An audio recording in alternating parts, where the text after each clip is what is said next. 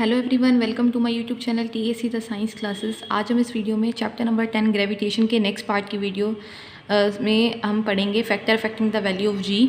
उसके बाद हम पढ़ेंगे ग्रेविटेशन कांस्टेंट और एक्सेलरेशन ड्यू टू ग्रेविटी के बीच में जो डिफरेंस है उनके कुछ पॉइंट्स पढ़ेंगे। फिर उसके बाद हम कुछ इक्वेशन ऑफ मोशंस पढ़ेंगे जो डिस्क्राइब करती है मोशन ऑफ ऑब्जेक्टों को under the influence of gravitational force of the अर्थ। फिर हम मास एंड वेट के बारे में डिस्कस करेंगे और वेट ऑफ अर्थ जो होता है कि अर्थ पे किसी ऑब्जेक्ट का वेट और मून पे जो ऑब्जेक्ट का वेट होता है उनके बीच में कुछ रिलेशन है वो हम डिस्कस करेंगे। तो स्टार्ट करते हैं। Number 1, factor affecting the value of G. देखिए इसमें क्या है, इसमें हम पढ़ेंगे कि जी की वैल्यू को कौन कौन से ऐसे फैक्टर है जो अफेक्ट करते हैं। हमने इससे पहले वाली जो वीडियो थी प्रीवियस वीडियो में capital G and small G के बीच में रिलेशन हमने स्टडी किया था, G equals to G M by में कैपिटल आर स्क्वायर, जहाँ पे जो एम था वो मास ऑफ अर्थ है, capital R is the radius of the earth and G is capital G is the radius of gravitation constant and small g is the acceleration due to gravity. Okay, तो देखिए अब capital G and capital M जो है वो हमारे पास क्या है, constant है। अब जो है स्मॉल जी यानी एक्सेलरेशन ड्यू टू ग्रेविटी है, it is inversely proportional to R square यानी रेडियस ऑफ द स्क्वायर। तो यहाँ से इस रिलेशन से हमें क्या पता लगता है कि as we increase the radius of the earth, की जैसे जैसे radius of the earth increase होती है तो एक्सेलरेशन ड्यू टू ग्रेविटी क्या होगी, डिक्रीज होगी। लेकिन अगर अर्थ की रेडियस जहाँ पे कम होगी तो वहाँ एक्सेलरेशन ड्यू टू ग्रेविटी ज़्यादा होगी, जहाँ पे रेडियस कम होगी तो वहाँ एक्सेलरेशन ड्यू टू ग्रेविटी क्या होगी, ज़्यादा होगी। तो देखिए जैसे कि अर्थ आपको पता है कि अर्थ जो होता है वो एक इलिप्टिकल शेप होती है अर्थ की, ठीक है। इसमें ये पोल होता है, ये इक्वेटर होता है। इक्वेटर पे अगर हम देखते हैं तो जो रेडियस है अर्थ की वो ज़्यादा होती है और पोल पर जो अर्थ की रेडियस होती है वो कम होती है। तो as the radius of earth increases from the poles to the equator, कि जब हम पोल से इक्वेटर की तरफ जाते हैं तो जो अर्थ की रेडियस है वो इंक्रीज होती है। अगर अर्थ की रेडियस इंक्रीज होती है तो वैल्यू ऑफ द जी क्या हो जाएगा, वो हमारे पास कम हो जाएगा। यानी पोल से जब इक्वेटर की तरफ आते हैं तो इक्वेटर पे अर्थ की रेडियस यहाँ ज़्यादा है, ठीक है, एज कम्पेयर टू पोल। तो इक्वेटर पे क्या होगा, एक्सेलरेशन ड्यू टू ग्रेविटी कम होगी और पोल पे ज़्यादा होगी। तो यही लिखा है हमने यहाँ पर, as the radius of the earth increases from the pole to the equator the value of g, that means the acceleration due to gravity becomes greater at the pole than at the equator, कि pole पे radius कम है तो इसीलिए पोल पर acceleration due to gravity की value क्या होगी, ज़्यादा होगी और इक्वेटर पे कम होगी, ठीक है। यानी यहाँ पर ये कंसेप्ट है कि जैसे जैसे हम क्या करते हैं, जैसे जैसे हम अगर हम अर्थ के सरफेस से थोड़ा बाहर भी निकलेंगे, यानी जैसे जैसे आपकी हाइट या डेप्थ इंक्रीज होती है तो वहाँ पर एक्सेलरेशन ड्यू टू ग्रेविटी क्या होती है, जो एक्सेलरेशन ड्यू टू ग्रेविटी की जो वैल्यू होती है वो कम होती है। आई रिपीट कि जैसे जैसे height of the object, height या डेप्थ, अगर हम अर्थ से काफ़ी ज़्यादा हाइट पे जाते हैं या उसकी डेप्थ में जैसे जैसे जाते हैं, यानी हाइट और डेप्थ जैसे जैसे इंक्रीज होते हैं तो जो एक्सेलरेशन ड्यू टू ग्रेविटी की वैल्यू है वो डिक्रीज होती है। ओके, नाउ नेक्स्ट जो हमारा टॉपिक है वो है the difference between capital G that means gravitation constant and small g that is acceleration due to gravity. तो इनके बीच में डिफरेंस क्या है, नंबर 1 डिफरेंस क्या है, जो ग्रेविटेशन कांस्टेंट है वो एक स्केलर क्वांटिटी होता है, इसका सिर्फ मैग्नीट्यूड है, कोई पर्टिकुलर डायरेक्शन नहीं है क्योंकि एक कांस्टेंट है। जो एक्सेलरेशन ड्यू टू ग्रेविटी यानी स्मॉल जी होता है वो एक वेक्टर क्वांटिटी होता है, ये एक्सेलरेशन होता है, ठीक है, ये एक वेक्टर क्वांटिटी है, इसकी पर्टिकुलर डायरेक्शन है और इसके पर्टिकुलर क्या है, मैग्नीट्यूड है, ठीक है। जो नेक्स्ट पॉइंट है वो क्या है, ये एक यूनिवर्सल कांस्टेंट है, ग्रेविटेशन कांस्टेंट एक यूनिवर्सल है, मतलब आप कहीं भी जाएंगे तो वहाँ पर इस कांस्टेंट की वैल्यू सेम रहती है और इसकी वैल्यू है 6.67 इंटू 10⁻⁻11 न्यूटन मीटर स्क्वायर पर किलोग्राम स्क्वायर। बट अगर हम ग्रेविटी की बात करते हैं तो जी की value place to place very कर सकती है। देखिए जैसे कि पोल और इक्वेटर पे हमने पढ़ा अभी ऊपर कि इसकी वैल्यू वेरी कर रही थी और इसकी वैल्यू क्या होती है, सरफेस ऑफ अर्थ के पास जो एक्सेलरेशन ड्यू टू ग्रेविटी की वैल्यू है वो 9.8 मीटर पर सेकेंड स्क्वायर होती है। ओके, कई बार हम न्यूमेरिकल्स में 10 भी ले लेते हैं। आगे थर्ड हमारे पास ग्रेविटेशन कांस्टेंट में जो पॉइंट है वो क्या है, it is numerically equal to the force of attraction between two masses that are separated by some distance. देखिए हमने फोर्स ऑफ ग्रेविटेशन का फॉर्मूला किया था F equals to G m1 m2 divided by R square, तो वहाँ से जी की value निकाली कैपिटल जी की F R square divided by m1 m2, मतलब कि ये न्यूमेरिकली किसके इक्वल होता है ग्रेविटेशन कांस्टेंट की जो दो मासेस का प्रोडक्ट है and the force of attraction between these two masses and separated by some distance R, ठीक है, उनके स्क्वायर ऑफ डिस्टेंस के बराबर होता है। तो ये जी का फॉर्मूला है, कैपिटल जी का फॉर्मूला, हम इसकी वैल्यू ऐसे कैलकुलेट कर सकते हैं। वैसे तो इसकी वैल्यू कांस्टेंट होती है, इसकी वैल्यू ये होती है, ठीक है। और जो स्मॉल जी होता है वो क्या होता है, ये एक्सेलरेशन होती है acquired by the body due to the earth gravitational pull. मतलब कि अगर कोई ऑब्जेक्ट मोशन में है under the gravitational pull of the earth, earth की ग्रेविटेशनल पुल की वजह से वो एक मोशन में है, तो उस टाइम उस बॉडी की जो एक्सेलरेशन होती है, क्योंकि उस टाइम उस बॉडी की वेलोसिटी कंटिन्यूसली चेंज होती है, तो उस टाइम अगर वेलोसिटी चेंज होती है तो वहाँ एक्सेलरेशन आती है। तो वो जो एक्सेलरेशन होती है वो उस टाइम जो एक्सेलरेशन होगी उस बॉडी की due to the earth gravitational pull, उसको हम एक्सेलरेशन ड्यू टू ग्रेविटी बोलते हैं, ठीक है। तो ये हमारे पास कुछ डिफरेंस थे between the gravitation constant and the acceleration due to gravity, okay. तो नेक्स्ट टॉपिक हम डिस्कस करते हैं the motion of the object under the influence of the gravitational force of the earth. मतलब कि जब अर्थ के ग्रेविटेशनल फोर्स के influence में कोई ऑब्जेक्ट्स जो है वो मूव करते हैं, ठीक है, तो उस केस में हम एक उस पर्टिकुलर रीजन के लिए ये मान के चलेंगे कि वहाँ पे जो ग्रेविटेशनल एक्सेलरेशन है वो बिल्कुल सेम है जी, जो ए की जगह हम यहाँ पर जी यूज़ करेंगे। G is the acceleration due to gravity having value 9.8 metre per second square. तो उस केस में हमारे पास इक्वेशन ऑफ मोशन क्या होगी, हम कैसे उन सोल्व करेंगे वहाँ पे इक्वेशंस को, ठीक है। तो देखिए हम कंसीडर करते हैं N object is falling towards the earth with an initial velocity u and let its velocity under the effect of gravitational acceleration small g। तो उस ग्रेविटेशनल एक्सेलरेशन की वजह से क्या होगा, उसकी वेलोसिटी चेंज हो जाएगी v में after covering the height in time t। जैसे कि ऑब्जेक्ट है, मैं इस ऑब्जेक्ट को किसी हाइट h से फॉल, वो above the ground h height पर है, अभी वो रेस्ट पे है, ठीक है। उसके बाद मैं क्या कराऊंगी, उसकी वेलोसिटी उसको मैं फॉल कराऊंगी, ठीक है। जब फॉल कराऊंगी तो अर्थ के ग्रेविटेशनल पुल की वजह से वो नीचे की तरफ फॉल होगा। तो उस मोशन को डिस्क्राइब करने के लिए, उसके पैरामीटर्स को कैलकुलेट करने के लिए हम किन इक्वेशन ऑफ मोशन का यूज़ करेंगे, वो तीन इक्वेशन ऑफ मोशन ये है। देखिए मोशन चैप्टर में, चैप्टर नंबर 8 मोशन में हमने इन तीनों इक्वेशन की डेरिवेशन कर रखी है। आप उस मेरे वीडियो पे, मतलब मेरे चैनल पे जाके उन वीडियो को देख सकते हैं, ठीक है। अब यहाँ पे क्या डिफरेंस है इक्वेशन ऑफ मोशन से, कोई डिफरेंस नहीं है, बस ए जो वहाँ पर एक्सेलरेशन हम ए यूज़ करते थे, यहाँ पर ए की जगह जी यूज़ करेंगे, और वहाँ पे एस जो डिस्प्लेसमेंट यूज़ करते थे एस की जगह या एच यूज़ करेंगे, बाकी सब सेम है। देखिए first equation of motion v equals to u plus में ए टी होता था, उस केस में ए की जगह यहाँ जी हो जाएगा, u plus G t. Second case में s equals to u t plus में हाफ ए टी स्क्वायर होता था, यहाँ पर एस की जगह एच आ जाएगा और ए की जगह जी आ जाएगा, बाकी सेम है बिल्कुल।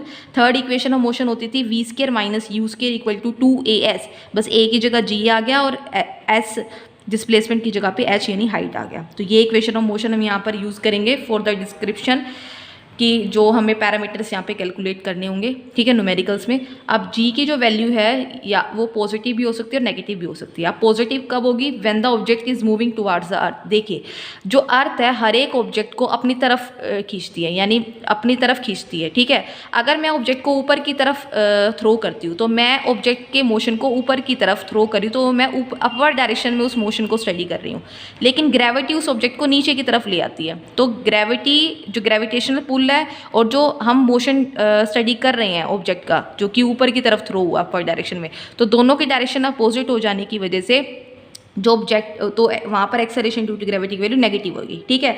लेकिन अब ऑब्जेक्ट जो है अगर वो अर्थ की तरफ ही मूव करेगा, यानी अर्थ जो है वो हर एक ऑब्जेक्ट को अपनी तरफ खींचती है, और हम भी मोशन जो स्टडी कर रहे हैं बॉडी का वो भी डाउनवर्ड डायरेक्शन में कर रहे हैं, तो दोनों की डायरेक्शन सेम होगी, ठीक है। तो इसीलिए उस केस में डायरेक्ट जो वैल्यू ऑफ जी है वो पॉजिटिव आएगी। लेकिन अगर एक ऑब्जेक्ट अर्थ की ग्रेविटेशनल पुल की अपोजिट डायरेक्शन में मूव करता है, यानी हम मोशन स्टडी कर रहे हैं अपवर्ड डायरेक्शन में, लेकिन ग्रेविटी उस ऑब्जेक्ट को नीचे की तरफ लेकर आ रही है, तो दोनों की डायरेक्शन अपोजिट हो जाने की वजह से उस केस में जी की वैल्यू हमेशा नेगेटिव आएगी, ठीक है। नेक्स्ट हमारे पास है मास के बारे में, कि मास क्या होता है, the quantity of matter contained in any body. किसी भी बॉडी के अंदर मैटर की कितनी क्वांटिटी होती है, वो जिस मैटर से मिलकर बनता है उसकी क्वांटिटी कितनी है, वो उसका मास होता है। मास की जो यूनिट होती है वो किलोग्राम होती है एसआई में, और सीजीएस सिस्टम ऑफ यूनिट में जो मास की यूनिट होती है वो ग्राम होती है, ठीक है।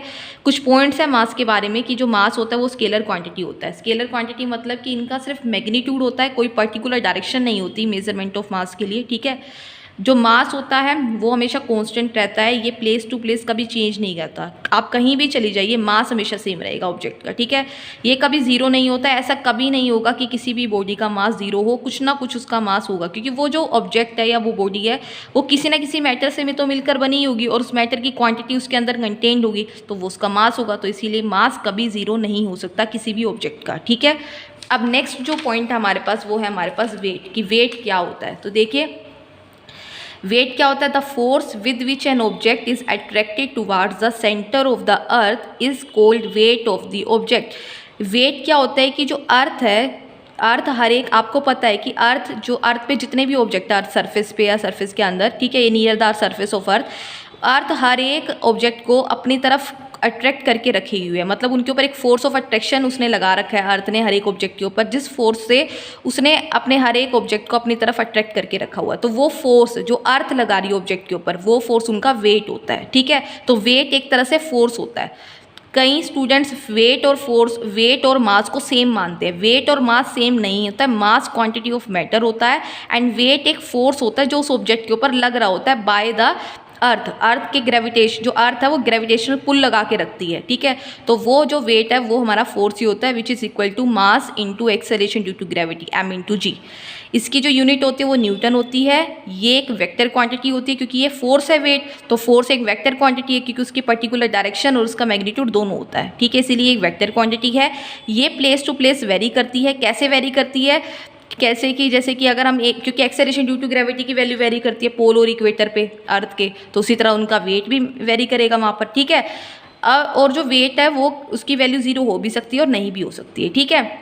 और जो वेट है उसकी वैल्यू वेरी करती है किस तरीके से, उसका एक एग्जांपल अब नीचे स्टडी करेंगे कि अगर हम एक प्लैनेट से दूसरे प्लैनेट की तरफ जाते हैं तो एक्सेलरेशन ड्यू टू ग्रेविटी, जो एक्सेलरेशन है, ठीक है, जो ग्रेविटी है वो चेंज हो जाती है एक प्लैनेट से दूसरे प्लैनेट तक, तो उससे जो ऑब्जेक्ट का वेट है वो भी वेरी करेगा। तो देखिए अब हम ये लास्ट टॉपिक इस चैप्टर का पढ़ेंगे, वो क्या है, wait of an object on the moon. Moon के ऊपर जो ऑब्जेक्ट का वेट होता है वो 1/6 होता है of its weight on the earth, यानी एक ऑब्जेक्ट का जो अर्थ पे वेट होता है और अगर उसी ऑब्जेक्ट का वेट अगर हम मून पे करें तो वो क्या होता है, कम आता है। कितना आता है, जो अर्थ के ऊपर वेट होता है उसका 6th पार्ट आता है। तो उसको हम प्रूव करके दिखाएंगे। यहाँ पे देखिए, we know that the weight of an object, किसी भी ऑब्जेक्ट का जो वेट होता है वो क्या होता है, W = m इंटू जी। अगर उस ऑब्जेक्ट का मास मैं m लेती हूँ तो वेट किसके बराबर होगा, m इंटू जी के बराबर होगा।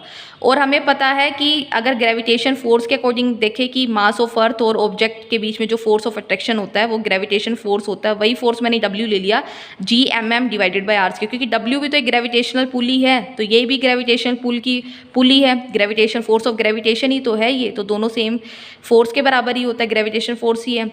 अब तो देखिए ये जो वेट है mg है, ठीक है, और जो ये है ये G/m डिवाइडेड बाय r² है। तो अब अगर मैं बोलूँ let the weight of the object on earth के ऊपर जो ऑब्जेक्ट का वेट है वो WE से मैं रिप्रेजेंट कर रही हूँ, उसका फॉर्मूला क्या होगा, G/me into m divided by RE का स्क्वायर, ये फर्स्ट इक्वेशन है। Where capital G is the gravitation constant, m is the mass of earth, small m is the mass of an object, की जो object का जो मास है वो small m है, जिसके बारे में हम स्टडी कर रहे हैं, जिसके ऊपर अर्थ का ग्रेविटेशन पुल लगा हुआ है, ठीक है। अब ये हम अर्थ के ऊपर बात कर रहे हैं। RE क्या है, रेडियस ऑफ द अर्थ की जो रेडियस है।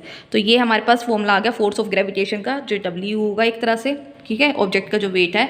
अब मून पे बात करते हैं। मून पे जो वेट ऑफ ऑब्जेक्ट को हम कैसे मेजर करेंगे, बाय द फॉर्मूला ऑफ, ठीक है, by the formula of Newton's law of gravitation से जो हमें फॉर्मूला मिला था उससे, तो WM = G/m into small m divided by RM², ये सेकेंड इक्वेशन है। Where small m is the mass of object and capital M is the mass of the moon and RM is the radius of the moon और WM is the weight of object on moon, ठीक है। अब first equation को second equation से divide कर दीजिए। तो first equation क्या थी, WE, फर्स्ट इक्वेशन देखिए ये थी ना, WE = G/me m divided by RE²। इस इक्वेशन को डिवाइड करना है सेकंड इक्वेशन से, तो WE divided by WM equals to, WE की वैल्यू थी ये G/me m divided by RE² divided by WM की वैल्यू हमने पुट कर दी। तो इसको हम ऐसे राइट कर सकते हैं, ये ऊपर वाला सेम रहेगा न्यूमरेटर, इनटू में जो डिनोमिनेटर में टर्म है RM² ये ऊपर चला जाएगा न्यूमरेटर में, और जो ये G/m है ये नीचे ही रहेगा। तो G से G कैंसिल, स्मॉल m से स्मॉल m कैंसिल, क्या बचा हमारे पास, बचा me divided by mm into में RM² डिवाइडेड बाय RE², यानी इसको we can write this ME divided by MM into RM by RE का होल स्क्वायर। ठीक है, नाउ वी नो डैट जो मास ऑफ अर्थ होता है वो 100 टाइम्स होता है मास ऑफ मून के, यानी जो मून का मास है और जो मून का जो अर्थ का मास है, अर्थ का मास 100 गुना होता है मास ऑफ मून के। तो ME is equal to 100 times of MM हम लिख सकते हैं, और जो रेडियस होती है अर्थ की is equals to the 4 times the radius of the moon. Moon की रेडियस की 4 गुनी रेडियस होती है अर्थ की रेडियस। ठीक है, ये हमें पता होती है। अब हम इन दोनों की वैल्यूज़ को इस इक्वेशन में पुट करेंगे। तो देखिए ME की वैल्यू जो है 100 टाइम्स MM है, तो मैंने ME की जगह पे क्या पुट कर दिया, 100 टाइम्स MM पुट कर दिया। MM सेम रहेगा डिनोमिनेटर में।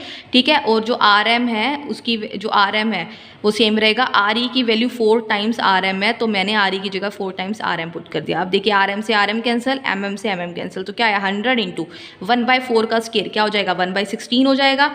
ठीक है, तो 1/16 यहाँ पर हो जाएगा। तो अब 100 इंटू 1 यहाँ पर क्या हो जाएगा, 100/16 हो जाएगा। तो 100/16 यानी 100 को 16 से जब डिवाइड करेंगे तो 6.25 आएगा। तो अप्रोक्स हम 6 ले लेते हैं। तो क्या है यहाँ से WE/WM इक्वल टू 6 आ गया।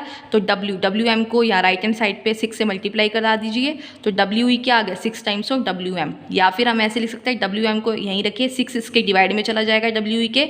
तो WM is equal to 1/6 of WE। यही हमें प्रूफ करना था कि जो मून पर जो ऑब्जेक्ट होता है उसका वेट क्या होता है, 1/6 होता है वेट ऑफ द अर्थ के। यानी जो अर्थ पे ऑब्जेक्ट का वेट होता है उसका 6th पार्ट करके जो वेट की वैल्यू आएगी वो उसी ऑब्जेक्ट का मून पर वेट होता है। तो ये हमने प्रूफ करके दिखा दिया था। ये इंपॉर्टेंट है, इसको अच्छे से देखना। नहीं समझ आए तो वीडियो को दोबारा से देखना आप 1-2 बार, तभी आपको ये जो पॉइंट है, ये जो डेरिवेशन मैंने अभी कराई है, ये आपको क्लियर होगी। अगर फिर भी आपको ये टॉपिक क्लियर ना हो तो आप मुझे कमेंट बॉक्स पे कमेंट करके पूछ सकते हैं। ठीक है, आई होप कि आपको ये सारे कंसेप्ट अच्छे से क्लियर हो गए हों। Thank you.